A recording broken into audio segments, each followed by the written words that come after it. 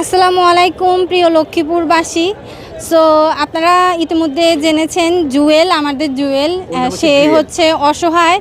So সে খুবই গরিব অসহায় ফ্যামিলির সন্তান। তো তাকে নিয়ে কিছুদিন আগে হচ্ছে আমার হাজব্যান্ড কিছু ভিডিও মেক করেছে। সো সেখানে অনেকেই কেউ ভালো বলেছে, আবার কেউ অনেকে এরকমও বলেছে ও নাকি হাসি তামাশা করতেছে, ও নাকি সত্যিকার অর্থে উপকার করে না, কারো কিছু করে না, জাস্ট হচ্ছে ও মানে খারাপ, এইরকম ধরনের মন্তব্য এসেছে। সো আজকে আপনারা নিজ স্বচক্ষে দেখেন সে নিজ হাতেই কিন্তু তাকে গোসল করিয়ে দিচ্ছে, এবং আমরা কিন্তু তার জন্য সকল ধরনের ড্রেস, জুতা সব কিছুই কিন্তু এই যে আমার হাতে আছে এখানে, হ্যাঁ, তার জন্য 2 জোড়া হচ্ছে জুতা, তারপরে একটা শার্ট, একটা টি শার্ট, একটা সেন্টু গেঞ্জি, তারপর 2টা প্যান্ট তার জন্য আমরা এই যে কিনে এনেছি। এখন হচ্ছে তার গায়ে প্রচণ্ড ময়লা ছিল, কারণ সে তো ঠিকমতো গোসল করে না, তারপর তার খালি গায়ে থাকে, ড্রেস পরে না, ড্রেস নেই তার। সো সে কারণে প্রচুর ময়লা। এখন আজকে তাকে ভালোভাবে সাবান দিয়ে ভালোভাবে গোসল করে দিচ্ছি। আমি তাকে বলেছি তুমি এখন থেকে পরিষ্কার থাকবা, তুমি খালি গায়ে থাকবা না, অন্তত তুমি সেন্টু গেঞ্জি হলো তুমি গায়ে রাখবা। তো জুয়েল বলো তোমার অনুভূতি কি? খুশি, আজকে খুশি? তোমার আজকে কেমন লাগতেছে? খুশি লাগতেছে? খুশি লাগতেছে। তো সবাইকে আমাকে বলো ফলো করে দিতে। ফলো করে দিন, ভাইয়াকে ফলো করে দিন। ঠিক আছে, এখন বলো আমরা কি তোমাকে সত্যিকারে উপকার করেছি নাকি মিথ্যা? বলো। সত্যি সত্যি। তাহলে যারা কমেন্ট করেছে তারা হচ্ছে কি রং, তাই না? দেখেছেন আপনারা, সে একটা ছোট বাচ্চা, সে কিন্তু নিষ্পাপ, এখনও ফুলের মতোই পবিত্র। সো সে কিন্তু মিথ্যা কথা বলবে না, সে বাচ্চারা যা দেখে তাই বলে, যা সত্যি তাই বলে। তো দেখতেই পাচ্ছেন আপনাদের আজাদ ভাই হচ্ছে তাকে নিজ হাতে হচ্ছে গোসল করিয়ে দিচ্ছে। তো তোমার কি অনুভূতি বলো?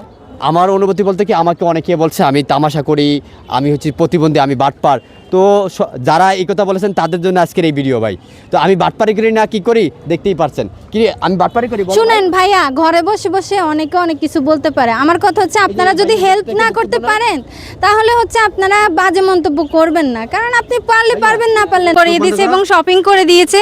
তো এই মুহূর্তে একজন ভাই, সাধারণ জনগণ, ওনার আমি বক্তব্য নিব যে ওকে হচ্ছে উনি চিনেন কিনা। ভাই আসসালামু আলাইকুম। ওয়ালাইকুম সালাম। কেমন আছেন? আলহামদুলিল্লাহ। আচ্ছা, আপনি কি জুয়েলের ব্যাপারে জানেন?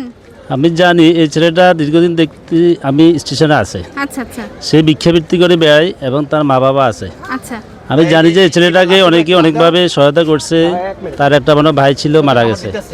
এই ছেলেটা ওই যে এটা অভ্যাস হয়ে পরিণত হয়ে গেছে। মানুষ যে ভিক্ষা দেয়, আমার মধ্যে এই ছেলেটাকে ভিক্ষা না দিয়ে একটা লেখাপড়া করাই, তাকে একটা কর্মসংস্থানের ব্যবস্থা করে দেওয়া। মানে এর আগেও অনেক মানুষ তাকে সহযোগিতা করেছে। হ্যাঁ হ্যাঁ। তারপরেও সে এটা করে যাচ্ছে।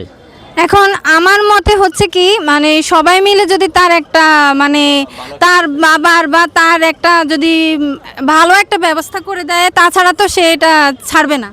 আপনি কি মনে করেন? আমি মনে করি যে তার একটা ব্যবস্থা করে দিয়ে তাকে ভিক্ষাবৃত্তি থেকে বিরত রাখতে পারলে তাহলে মোটামুটি সমাজে আরো কিছু মানুষ এটা শিক্ষা পাবে। এটা হচ্ছে তার জন্য সবাইকে এগিয়ে আসতে হবে, কারণ একা একজনের পক্ষে সম্ভব না। তাহলে হচ্ছে সবাইকে এগিয়ে এসে তাকে একটা পার্মানেন্ট ব্যবস্থা করে দিতে হবে, তাই তো? হ্যাঁ, এটাই। আর সে যদি, আমরা তো আসি, সে যদি পরবর্তীতেও যদি এভাবে খালি গায়ে থাকে, কারণ এখন তার অনেক ড্রেস, হ্যাঁ, আজকে তাকে ঈদের মতো শপিং করে দেওয়া হয়েছে, তারপরেও যদি সে এইটা করতে থাকে তাহলে আমরা কিন্তু নেক্সট টাইম তাকে হেল্প করব না। ঠিক আছে, কি বলেন ভাই? হ্যাঁ, ঠিক আছে। কারণ আপনার স্বভাবটা আগে বদলাতে হবে, তাই না? আপনার এটা ভালো দিক। লাভ দিবে,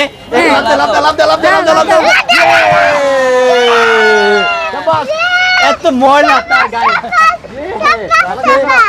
তুমি